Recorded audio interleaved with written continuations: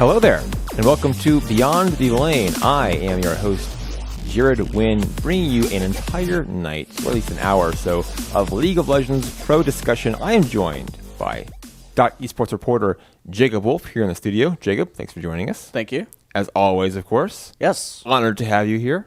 Honorary left guy. And I'm even more honored to have, of course, Kez and Bischu of Team Dragon Knights, the NA Challenger Series side, joining us here. Guys, how are you doing tonight? Hello. Pretty good. You look good? You feel good? I feel good. Glad to hear it. How is the NA Challenger Series treating you? How's it going in the NACS? Kez, you want to take that? I think it's good. We kind of like started rough because I think everyone was kind of nervous for the first game. Even I was nervous because I haven't really played competitive for a long time after the break. So everyone had to like catch up on the game. And I mean, enemy played quite well. So yeah. Right, you went 1-1 with enemy, I believe? Yeah. How was the game for you? I was super nervous. Like, I haven't played competitive in a while as well, but that was my first game as a support player, and I kind of wanted to, I thought I had like a lot to prove, like, oh, Bischu, like, playing support for no reason, so I was like super nervous. I've never been that nervous playing an online match before, actually. When was your like last competitive game? It was with Vortex, was it not? Yeah, like end of summer. Mm-hmm. Wow. Yeah, that has been a while. Yeah, it's been a while. Yeah, I guess being your first support game, your first game in a new role, could make it pretty nerve-wracking for you. Mm-hmm.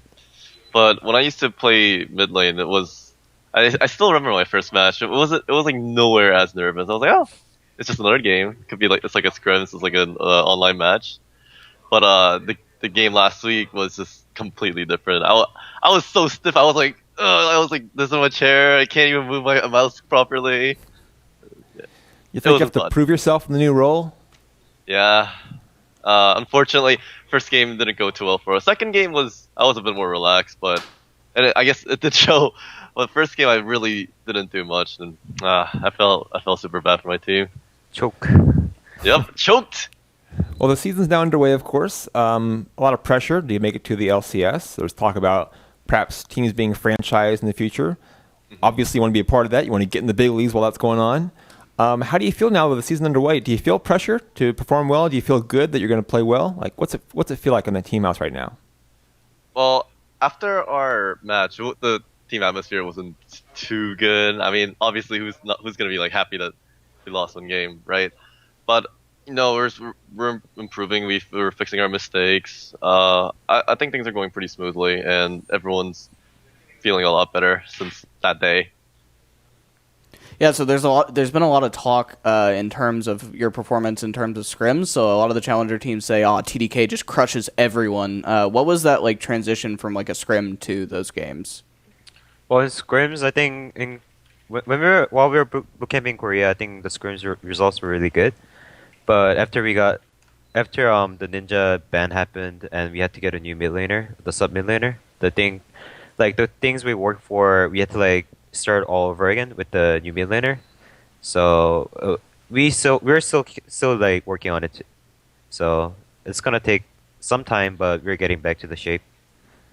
You mentioned the boot camp in Korea. There's kind of this mythic feel to boot camping in Korea. Like you go there and you come back a 100% better team. What was it actually like for you boot camping in Korea? What was it really like? I mean, it is a myth. Like a lot of people think you just like go back to Korea and then you play solo queue and just become gods, but that's not actually what happens. I mean, the solo queue level is a lot higher than NA. I mean, that's the truth, but you still have to work for it. And the teams that you can scrim in Korea is a lot better than NA in general. So you can get better if you work for it. But if you just like go there and like don't really work hard and just like go eat good food and like tour around, you're not gonna get better. Were you able to practice with some LCK teams while you were there? Yeah, some of them. Did you perform well? You got to tell us. Like, did you play well? Did you win games? I mean, we scrimmed with Ever, the ESC Ever, right, a few times, and the scrim results weren't that bad. And we were like seeing the team on the like international tournaments. They're like wrecking everyone, and we felt like good with ourselves because we weren't really doing that bad against that team. So yeah, that happened, and we scrimmed against some really good teams, but we got demolished. So they didn't like scrim with us again. That thing happened too. So yeah. Well, if you beat Ever, they beat SKT. That means you're the best team in the world now, right? That's what we were thinking, but So, did you guys get a chance to scrim Renegades or Energy, who were also there around the same time period? Yeah, we were actually scrimming a lot with them. Actually, they were probably our main scrim partners, I think. Those, yeah, but for a while at least, and until they went back. But it was pretty rough though at first, just because I've never played support in my life before. Yeah. So, like, what made you want to do that transition from one role to another, from mid to support? Well, I mean, there were how should I say this?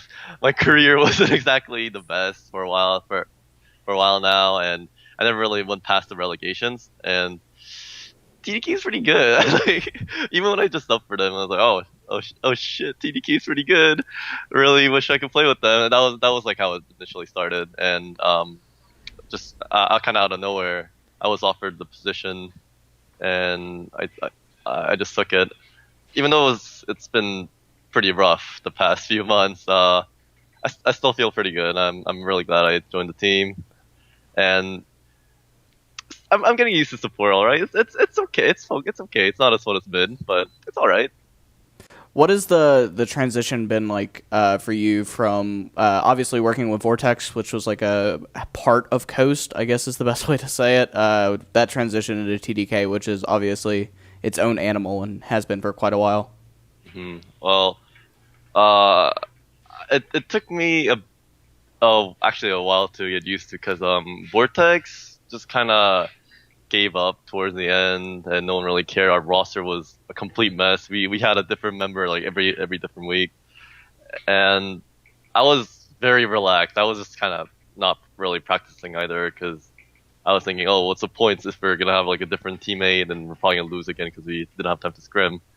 But joining TDK, it felt like an actual team. I was like, the practice hours were a lot, but I mean, that's fine. I mean, I think that's what a player should, how a player should practice. But even that was a little bit new to me, because I went to college for a year, and I joined the challenger team that just kind of didn't really practice as much, and the next team was TDK. It's TDK's practice hours are quite long, but it felt pretty good practicing. Like, I've never really practiced that much before, so it was a new experience, I think. But I think I'm like improving a lot because of it. Going back to your role swap, do you think you kind of see the game differently playing from the new role, or is it still kind of the same, just a different way of playing the game? No, it's completely different. Okay. It's a completely new game. I never knew support was this hard. How is it different for you?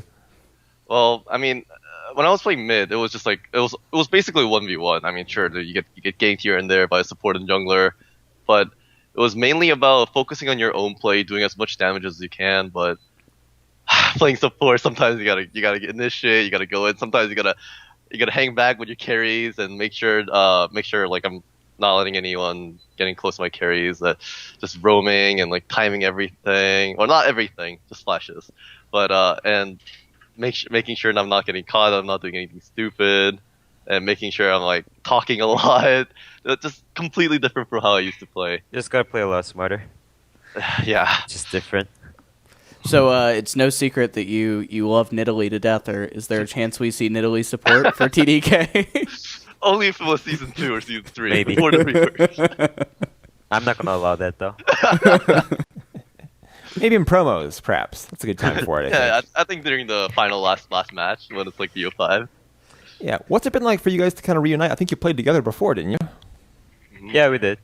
We played on The Walking Dead and then C90. And GG, was it GGLA? Yeah, Yeah, GGLA.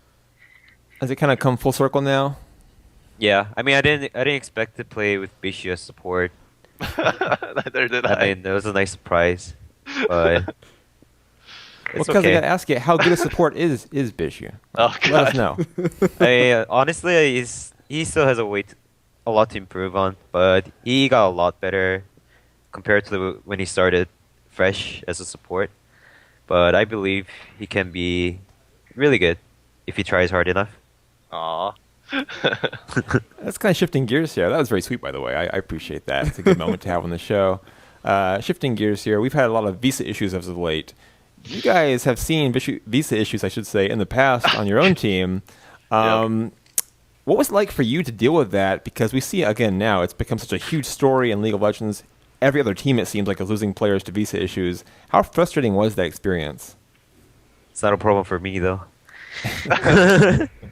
You got it covered, of course, yeah. Yeah. I mean, I was only a sub, so I was just happy that I could play the LCS stage once. But I think Kez has a better perspective on that one. The visa issues. Yeah. I mean, it's really hard because understand that in challenger scene you don't need visa issues, but when you get into LCS, you get all these like you have to like get visas for your players, but the like sometimes it's really hard to get because you can't really control it. But I mean, you have to like work a lot earlier than you have to get the visas at the right time. Right. So you had a roster you wanted to come into the season with, looked pretty good, and of course you had to play with a completely different roster. How did it impact the atmosphere of the team? Did you feel like you could win games? Was it just like a lost cause?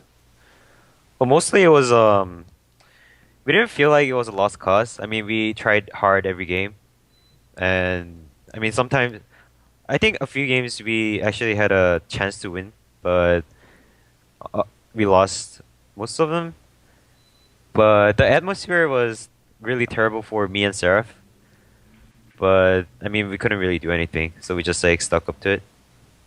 I remember when you guys joined Arena Online, I had a conversation with Alan, who basically said when everyone came back, when Ninja and Emperor and Smoothie all got cleared, it was hands off, and you guys had accepted the fact that you were probably going to be in relegations and just started playing miraculously better. You had some great victories at the end of the split. What was like the motivating factor behiund improvement there? Alan with being all an the owner players? for Team Arena Yes. Online.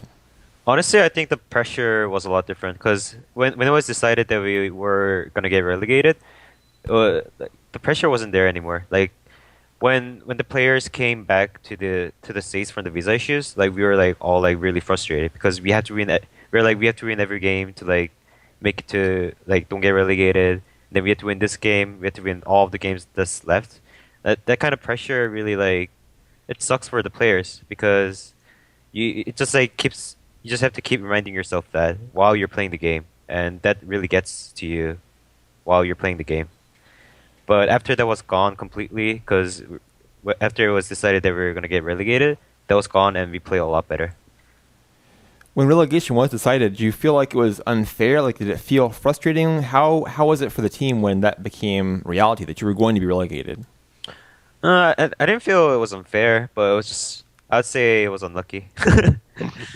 But like I said, we couldn't really do anything about it because really like dumb stuff happened about the like visa stuff. But yeah, I mean shit happens. Nope. Hey, that's okay. Shit does happen, man. Does it feel better now? Like, how much better does it feel to have a full team that's just together from the start and you know who you're going to play with and it's all where you want it to be? It's a lot better. I mean, we still had Ninja banned, but we That's we got a good sub mid, and I feel a lot better now that we can have all these players together from the beginning, and we were all together in the same house, which is a great house, by the way. Mhm. And then we can like work together for the same goal. It's really good. Yeah, the team mostly together. Yeah. When your mid laner's out now, you can't call up your boy Bischu because he's already there. I know. Well, how would you compare Do It and Ninja, since you brought that up? Duet is a really young player, and I think he has a really good potential to be a great player. But he still needs a lot of more experience playing the game. And I built this great synergy with Ninja during the bootcamp in Korea. We like played a lot of games together, and we talked a lot. But after Duet came in, that kind of synergy was gone, and we had to like rebuild it together again from the start. And we're still working on that. So it's gonna get a lot better through the season. So when that ban came up, what made you guys choose Do It out of available talent for mid lane? Actually, Ninja chose him. From the teams we scrimmed, actually, he out of all the available players, he thought Dude was the best player available, and Ninja was like mainly like crushing a lot of mids, but Dude always played pretty consistently, and Ninja decided on him.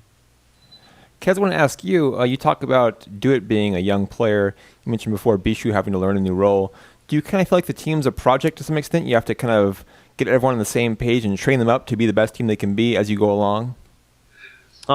Yeah. I mean, we have the best thing about this team is I feel like we have the best coach that I've ever met in my life, and I believe in his ability to make these players the best that they can be. Who is your coach? I don't think we've actually seen. Like, who is at the helm? He has never been publicly announced yet, I guess, but I can assure you, he's probably one of the best coaches available. He's our secret weapon. Yeah. Is it Ninja? Be honest. It's not Ninja. I would hate to have Ninja as a coach. It's way too loud. When we talk about playing with Do It, with Ninja, with Bischu, what about playing with OQ? What is that like? Because OQ, of course, has a pretty good reputation for being a wild player. I guess that's one word I could use. I think Bischu has a lot to answer to that, because while we were bootcamping in Korea looking for ADC, Bischu actually dealt with a lot of great ADCs there. Yeah, it was actually a super weird experience because I'm just here trying to learn support, and I played with, I guess I can say it. I played with Fury, OQ, shoot, I forgot their nicknames. Stitch, Kramer. Oh wow. Kramer, and Core JJ. Yeah. so like everyone, I'm just trying to And learn Emperor. support. Oh, and Emperor too. Yeah. I mean, he's a sub. Yeah, But yeah. Well, while we're doing that, I guess there was one thing I learned though. Everyone's like similar to an extent. Everyone's like I thought like all these AD carries had their like different personalities and preferences, champions, but in the end they're pretty much similar throughout until maybe like team fight. But Okio, oh yeah, he shows up in team fights. Holy. So you mentioned Fury. Obviously, when Ninja got banned, Fury got banned as well, which means he's staying in Korea and is now an IM. What made you choose OQ when that happened? He just kind of became available. We were like, our coach. Yeah, no, I think that's actually how it happened. Our coach was like, "Hey, OQ's available," and we're like, "Huh, cool. Let's get OQ," and we got OQ. well, I think OQ initially wanted to go to China. I'm not sure Right, about yeah, that. yeah. But when he heard about our team that all the members in the team spoke full Korean, I think that kind of like was a really good plus. Yeah, for it's a to join huge the team. incentive for the players actually, because considering how frustrating you can get with the communication issues, I think our team can provide like really excellent communication for that at least. Good advantage. Hmm. You mentioned some good ADCs there. I have to ask you, of course, since you mentioned them, who was the best to play with? It's okay. It's okay. Obviously. Yeah, obviously. Talking about OQ now, same thing with Seraph, actually. You've had some players go out on loan. How does that affect the team's practice schedule, just how you play together? You mean when you played in the LCS to sub? Yes. Seraph and OQ. I think it's the same. I mean, like, sure, we can't scrim like few blocks, but we end up just watching and like rooting for him all around, just like everyone watching the game. It doesn't really affect us that much, and he's making some nice allowance, so he's happy too. Well, for me, it's a really good confidence boost because I can see my teammate doing really well in the pro scene, and I get really hyped up too watching them play really well. There's something to be said about Seraph as well. Like, he has been carrying TIP on his back with these games. And like, what is your opinion on like Seraph as a player and how he's changed from his CLG days, where like people would just shit on him really, to now being a very strong player and kind of carrying this tip roster? Well, I think he was like a strong player from the beginning, but I think it was just a language barrier that he had problems with, and when he gets mad, he gets really mad, and it's kind of like get hard to get through to him. But obviously, I'm really old and I can speak Korean, so I can get to him. He had to learn to get off tilt. Yeah. That's good that you helped him process his tilt tendencies. Talking about you playing in the Challenger Series again, what is your expectation? Do you have absolute expectations to go to the LCS in the summer? Oh wait, is it? Oh, Either. me, I think so. Yeah, I think we're good to go. I mean, obviously we shouldn't get cocky, but I really believe in my teammates. I know I need to show up as well, but I'm very confident. You're confident? Yeah. Yeah. Yeah. I believe now, if I remember correctly, the Challenger format is that there's 2 Challenger teams and 3 LCS teams in a tournament, and the 2 winners of that tournament are who get the spot. Yes. I believe. Okay. So like, do you guys think that you could go several best of 5s with these LCS teams? Can you beat Renegades in the best of 5? And TL? And Echo Fox? Hopefully. Hopefully, I mean, we obviously I don't know think exactly. we can. If we practice, yeah. I think we can. Who's your biggest challenger in the Challenger Series? Who do you think is the biggest threat to keep you from the top spot? I get TLA maybe, because they have a farm organization. I think. Yeah, That- TLA or Apex probably. Yeah, Apex and TLA. I think. Apex is like your like former bread and butter, Bischu. You gotta take them down. It's the slams, man. Yeah, Like, I gotta get him. I gotta get him. I want to ask you guys a bit about the new patch, the new meta these days. The Rift Herald. I've seen very mixed opinions on the value of the Rift Herald. Monte Cristo has said it's worthless, more or less, and during LCK broadcasts.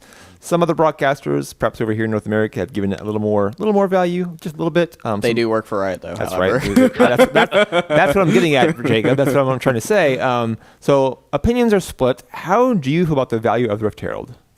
I think it's good. Like, and people kind of tend to take it when they have nothing to do on the top side of the map. I mean, some people take it to trade with the dragon, when the opponents take the dragon. But I think the buff is really good. I mean, people when you get the buff and you can push with the buff to a tower to push to a tower, I think that's really good. But people just don't really know how to utilize it the best way yet, I think.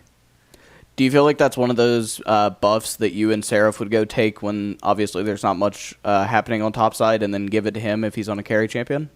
Yeah, but I think these days I'm kind of like, I feel like I should take it, but I'm not sure. As a jungler, I kind of feel like I'm forced to give it to my laner, but I'm not too sure if I should take it or not. We've seen a lot of junglers take the Rift Herald buff, and I think some people were surprised by that. Can you explain, as a jungler, like why you'd want to have that buff, and why you think you might have the best fit for it? Well, for me personally, when Surf takes it, he tends to get really confident and kill himself. That's a good reason. Once again, Kez keeping him off tilt, right? Your job is to keep Seraph off tilt. That means keeping your buffs off of him. Exactly. Yeah. Yeah. Don't give him blue. Don't give him red. Don't give him the. Yeah. Whenever I give him blue buff, he just dies. There you Just, go. just you take it yourself. You go mid lane, won't do it, and just Yeah. push the tower rather. Well, Kez, how do you feel about the current jungle meta? How do you feel about the champion pool there? I think the champion pool is really fun right now. I think the addition of Graves and the Poppy in the jungle pool is really fun right now, because it used to be just Rek'Sai, Elise, maybe Lee Sin, just like that. But I can just play Zac or some other stuff if the comp is right. And Poppy is really fun. And Bischu, for you, obviously we saw 2 Alistar games this week. What else are you feeling down there in bot lane? I think the support champions are pretty limited right now. It needs some CC. You need to be either tanky. So I think Alistar is pretty tier 1. And from the LCK games, I'm sure a lot of people can tell that right now. Like people just like, for example, Gorilla just first picks it if it's available. And other than that, it's like maybe Braum, Bard. Thresh is still fine, I think, but it's like because Alistar is so often picked, and Alistar is like way better than Thresh in team fights. It's just kind of awkward to kind of pick it. And there's always Trundle who can, for a support, you can like shed tanks and be extremely annoying. But other than that, I feel like it's pretty limited. Of course, there's Janna, but she's like very niche pick. She's a very niche pick in my opinion, and most of the other supports are pretty obsolete right now, too risky to run in my opinion. Have you tried New Shin? I have. It's okay. I don't think it's anything special, to be honest. It's okay. But I don't know, maybe I'm playing it wrong. Maybe it's like tier 1, like S tier, and I'm just like sucking a lot. So, but I don't know. I think it's like whatever. I didn't hear Poppy. You like the Poppy in the bottom lane? It's okay. I think it's okay, but I think it's way better for jungle and top, and at least in my opinion. And I suck at Poppy, so there's that. Well, guys, I wanted to wish you good luck in the Challenger Series split. I feel pretty confident. You guys got a pretty good team there, so I think you have a good chance as any. Any last words, shout-outs? Oh, of course.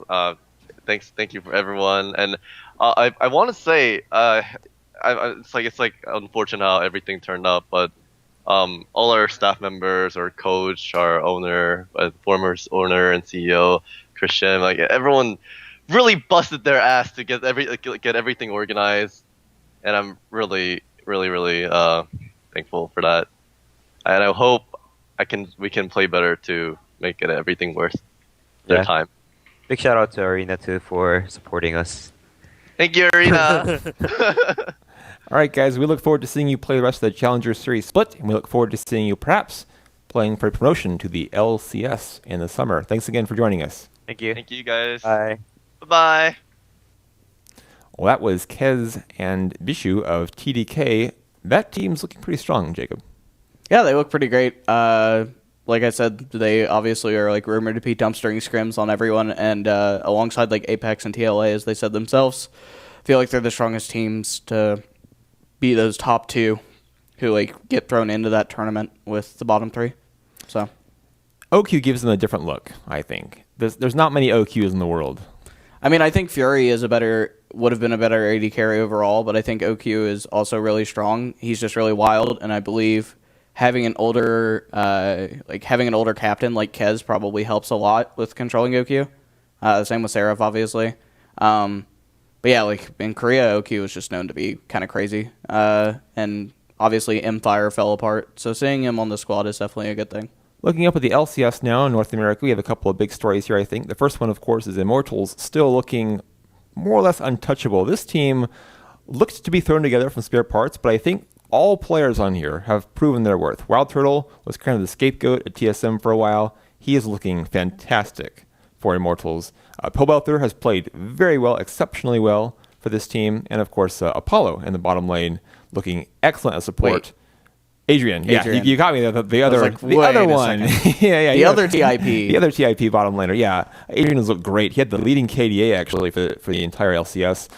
Immortals has impressed me. I didn't mention Huni and Rainover, but no one doubted Huni and Rainover. I don't think they were pretty. I feel like Huni and Rainover really brought over this energy that they had at Fnatic, which obviously was pretty incredible. Yeah. Pobelter was got kicked out of CLG for reasons not disclosed that I'd rather not put my name to at the moment. And then overall when Wild Turtle, the thing is with Immortals, when Wild Turtle is your biggest liability, as long as Huni is not on tilt, you have something good going for you, because I don't think he was the biggest liability on TSM. Well, he's a very skilled player. You know, he might get too aggro sometimes, but he's pretty good. You can't help but remember being scarred for life by Wild Turtle, like jumping in. Oh no, the flash forward, the flash forward stuff is not so great. But you know what? You shouldn't W in then. I think a change of scenery can be a big benefit to a player like him. But then again, now with Wild Turtle, there's no communication issues because Lost Boy, he had good English, but obviously he's a native Korean speaker. You now have a support who is extremely intelligent, in my opinion.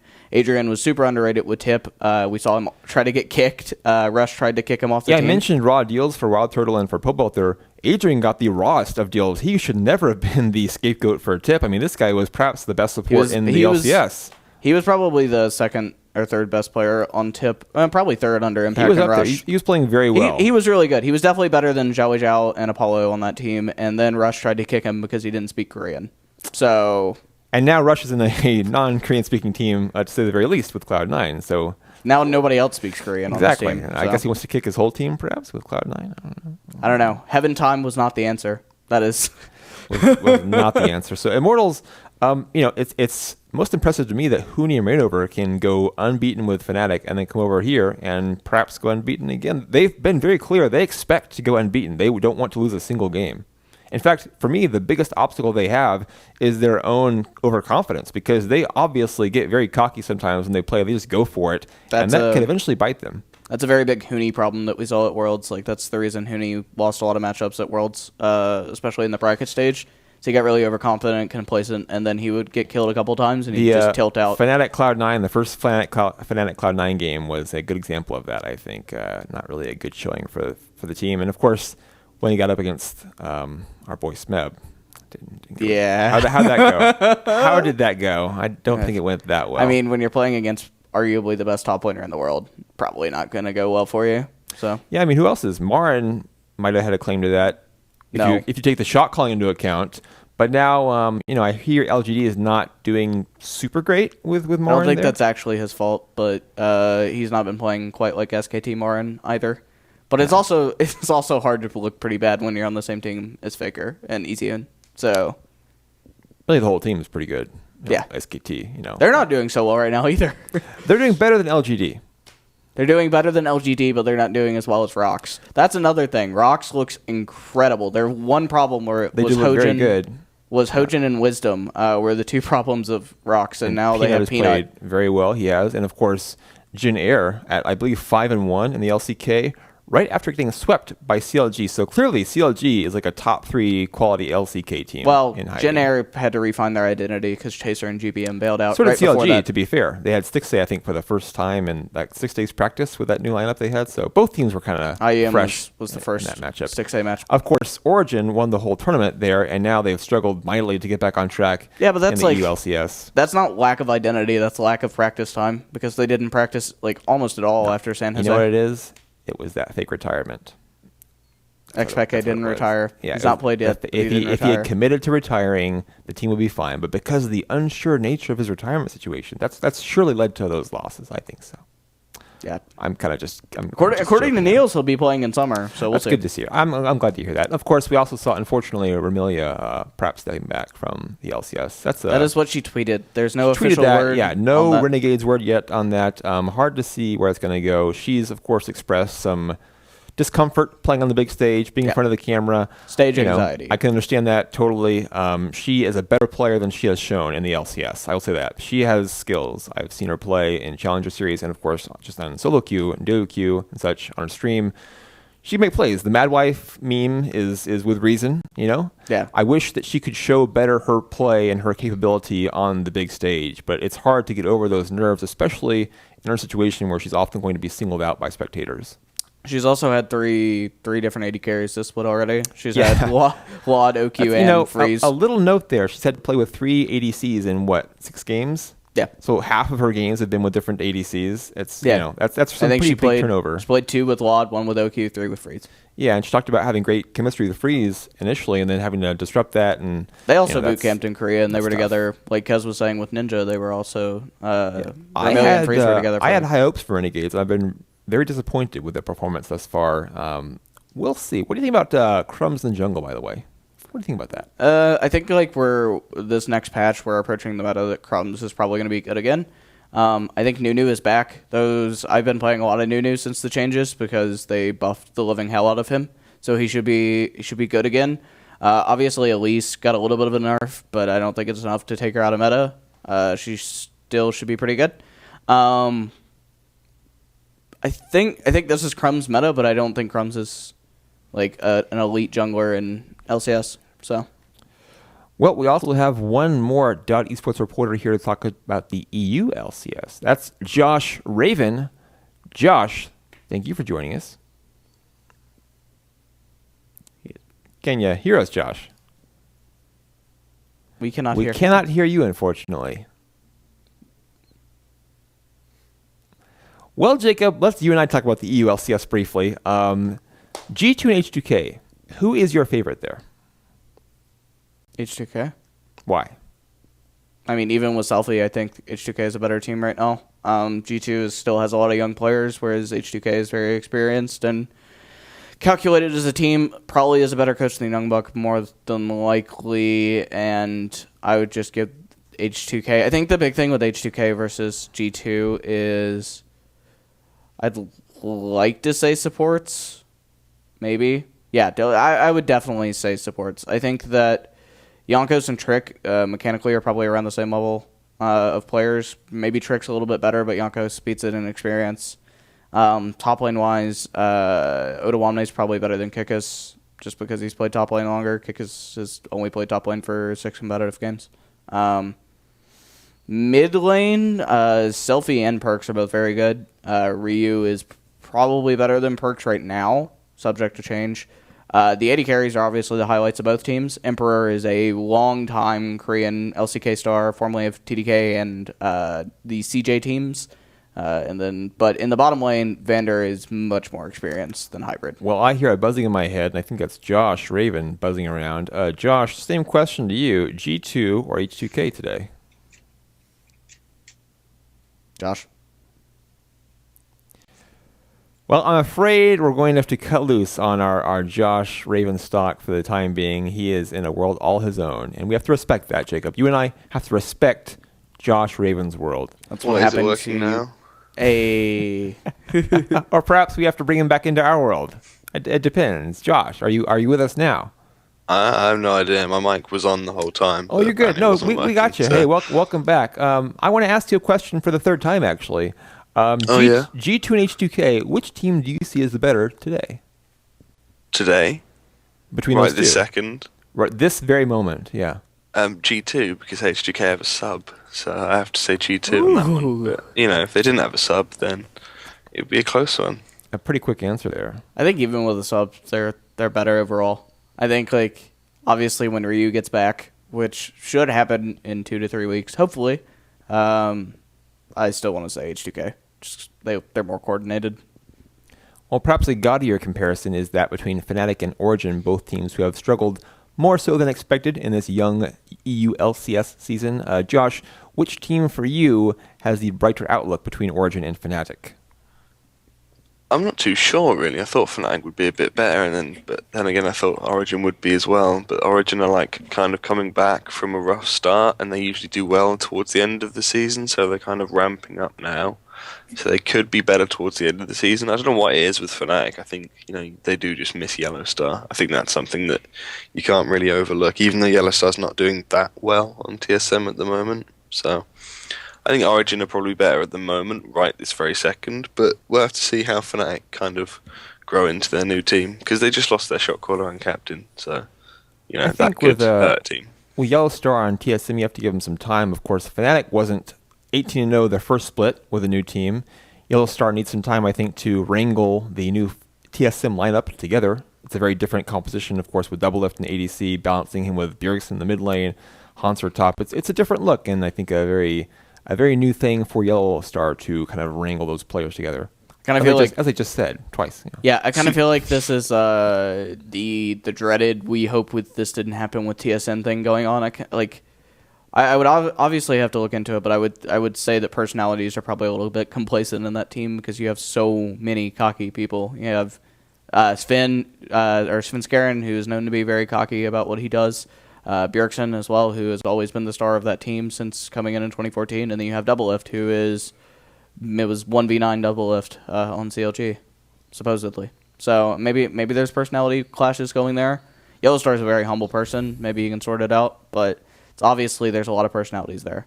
Whereas his old team, in comparison, this is my point, his old team, Huni was really the only person that really even had any type of attitude issues, and that was just Tilt. Rainover, Fabevin, and Reckless were fairly level-headed. We talked about visa issues. I think for me the most disappointing visa issue thus far has been Diamond Procs of Unicorns of Love getting knocked out. It's sad And to see Edward. it happen. Yeah, and Edward, of course. Diamond Procs was looking pretty good, though. Josh, do you think Unicorns of Love can survive this little visa turnover they're having? It kind of depends on who they get, because this weekend or last weekend, or not even the weekend. Wow, it's European LCS. We have Thursdays and Fridays. They are my weekends. We had Unicorns of Love got Millennium's Jocko or Joko. I think I want to say Jocko, but it might be Joko. And he was actually really good. But he's from Millennium. They're doing really well in the Challenge Series. Maybe he is just an outlier. But it seemed like there was not really any too big of a problem fitting the Diamond Procs kind of gap that was left. So if they can get another good jungler, obviously Jocko's got his own Challenger Series stuff to do, so they can't keep him. If they can get someone else who's as good or good, then they may be able to kind of survive without Diamond Procs. I'm kind of surprised myself. I thought he was going to be the linchpin of the team, but it seems like maybe he wasn't. You can't call in Gilius this time. He has a team. Well, the team had spoken to Diamond Procs being very important to them, and Diamond Procs himself had said he felt rejuvenated to some extent, or something along those lines. He said in an interview with the broadcaster. So it is surprising that they played well without him. I think it's the first team he's had that's pretty let loose since like Season 2, when Moscow 5 was very... Like when the scene wasn't very developed and it wasn't all so serious, it seemed Diamond Procs was shining at the best when like it was a looser environment. I feel like Unicorns of Love kind of replicated for him for that, because they're not nearly as serious and hardcore as a lot of the other teams, and especially Gambit of the last year and a half. Well, I do hope that Diamond Procs gets his visa issue sorted out, because it'd be a real shame to see him have to end his career because of this. He just has to play in NA, or he has to play for a team that's UK-based, because that's how Ryu's going to get back. That's all. No big deal, right, Bite? No big deal. NBD. No problems. I want to thank Jacob for joining me here. I want to thank Josh Raven for joining our Beyond the Lane world from his own little enclosure there. And of course, one more thank you to Kez and Bischu of TDK and the Challenger Series for joining us and having a great talk with us today. Thanks for watching. If you like what you saw here, you can find the VOD on YouTube, daily.esports. Subscribe there for all of our content. Follow this channel. Of course, it's right down there somewhere. Jacob, you got it over there, I think. Somewhere down there. Yeah, there you go. Thank you. And subscribe. Yeah. Like Facebook and Twitter.esports. I demand it. And of course, tomorrow night, the single best fighting game show on the planet. It's called Best of 3, and it's right here. Be sure to join us, where Alex Valle is on the show. Don't miss that. The grandfather of them all. Of all of them. Even Jacob. Even of you, the grandfather of you. Not even a fighting game guy, but all right. Thanks again for watching us, and we'll see you next time.